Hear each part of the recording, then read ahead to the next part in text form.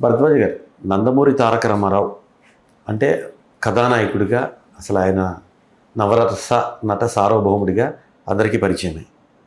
ఆయన సినిమా రంగంలో ఉన్నప్పుడు ఆయన చేదుడు వాదుడుగా తమ్ముడు నందమూరి త్రివిక్రమరావు గారు ఉన్నారు. కానీ రాజకీయాలకు వచ్చేసరికి ఆయన లేరు. ఏదో అప్పుడు నాదెండ్ల భాస్కర్రావు ఇష్యూ అప్పుడు ఆ స్టేజ్ మీద ట్యాబ్లెట్ అందించేది ఆ పాత వీడియో ఒకటి ఉంటుంది, అది మినహాయిస్తే ఇంకెక్కడ అసలు ఈ రాజకీయ ప్రయాణంలో ఆయన తోడలేరు. ఎందుకు విభేదించారా? వాళ్ళిద్దరి మధ్య అనుబంధం అక్కడితో ఆగిపోయిందా ఏంటి అసలు అది? అంటే దానికంటే ముందు నుంచే కనిపించడు ఆయన.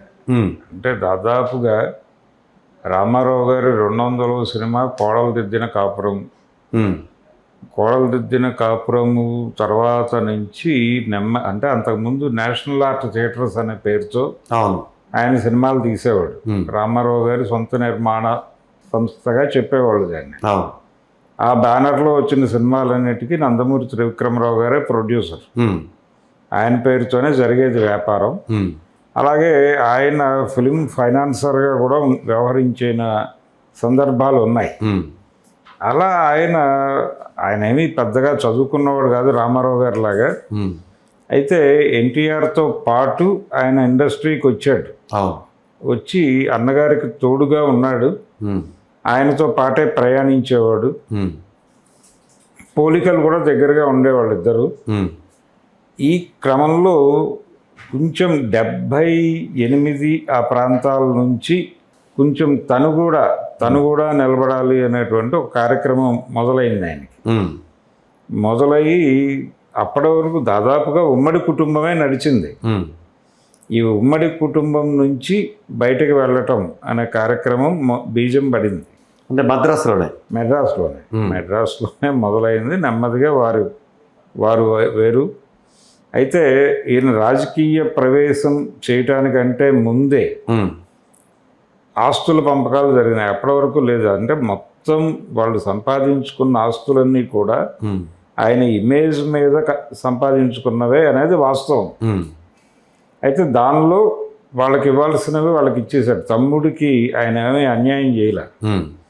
ఇప్పుడు విజయవాడలో కళ్యాణ్ చక్రవర్తి సినిమా థియేటర్ ఉండేది, అది త్రివిక్రమరావు గారికి వెళ్ళింది. త్రివిక్రమరావు గారు అబ్బాయి పేరే పెట్టారు దానికి, కళ్యాణ్ చక్రవర్తి. ఇప్పుడు అది కాంప్లెక్స్ కడుతున్నారు, ఆ థియేటర్ పగలగొట్టేసి. ఇలా అంటే నేను రామకృష్ణ స్టూడియోస్ అనే పేరుతో వాళ్ళ నిర్మాణం మొదలైన దగ్గర నుంచి త్రివిక్రమరావు గారు రామారావు గారు వెనకాల కనిపించడం తగ్గింది.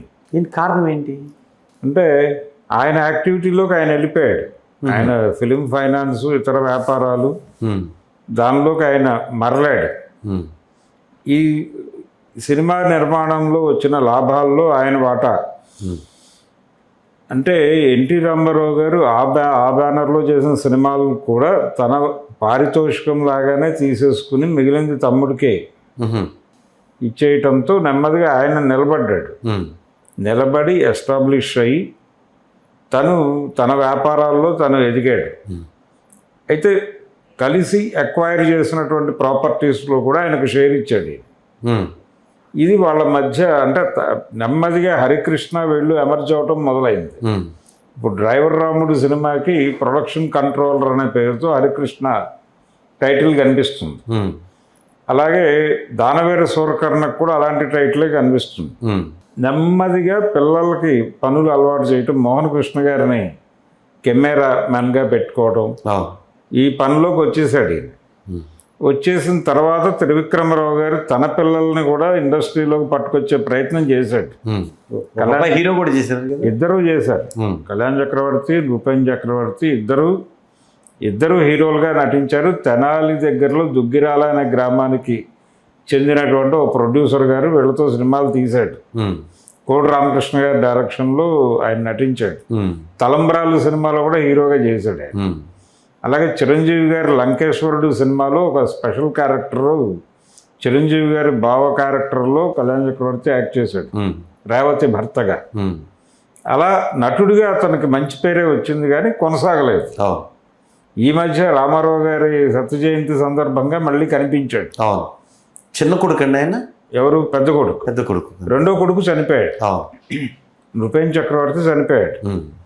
ఆయన కూడా రామారావు గారు వెళ్ళిపోయిన తర్వాతే కన్ను మూసాడు, ఉమ్.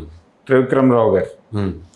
అయితే రామారావు గారితో పాటు నడిచిన రోజుల్లో అంటే ఆయన డేట్స్ అవి కూడా త్రివిక్రమరావు గారు అడపాదడపా చూసేవాడు, కానీ ఉమ్.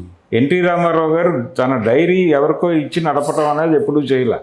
ఉమ్. ఎవరితోనైనా స్ట్రైట్గా మాట్లాడేవాడు ఆయన, ఆయనే చూసుకునేవాడు, ఆయనే డేట్లు ఇచ్చేవాడు, మొత్తం అంతా ఆయనే. ఆయనకి ఆయనే పిఏ, ఆయనకి ఆయనే మేనేజరు, అన్నీ ఆయనే.